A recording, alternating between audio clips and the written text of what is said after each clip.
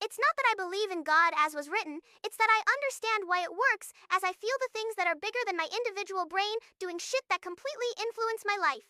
No shit, Sherlock. There's the collective human species, then physically, chemically, biologically, there's the weather, the sun, the planets, the moons, the seasons, the galaxies. Exactly, it's almost obvious. Why do we so often seem to insist then that the human brain is the pinnacle of consciousness when logically we cannot really comprehend of what's beyond us, thus we conceptualize? God then becomes a metaphor for any, if not all, of the intelligences beyond the human brain's capability of processing. So when people are giving thanks to God, it's a much more concise way of expressing appreciation rather than saying, thank you to the 14 billion years of evolution that began from absolutely nothing, which then all occurred precisely as it did, creating light, hydrogen, carbon, atoms, matter, stars called suns, planets, DNA, fish, mammals, oranges, chocolate, cars, houses, phones, shoes, trousers, parents, children, siblings, friends, lovers, love, PlayStations, caterpillars, showers, everything. So it's easy to understand why surmising all that in a simpler way is a very effective method of conceptually setting foundations of gratitude.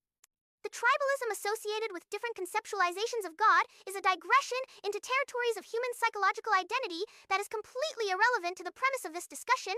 We can explore that angle of reality more clearly through watching football. Now, back to the point.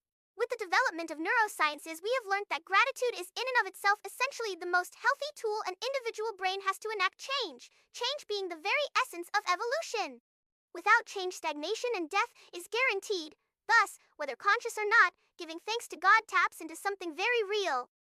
And, when you look throughout history, it is very simple to understand why there was a deep survival need to have something to align gratefulness with when survival was far from normal.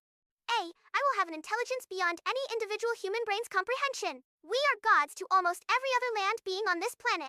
Stop thinking of God as some abstract concept written of by religious totalitarianism and start seeing it as the same as chimpanzees talking of an intelligence that has about 2% advanced difference in DNA to themselves. That's us. That 2% is cities, skyscrapers, mathematics, languages, nationalities, history, quantum physics, agriculture, art, computers, cars, planes, rockets landing on the moon, and so on.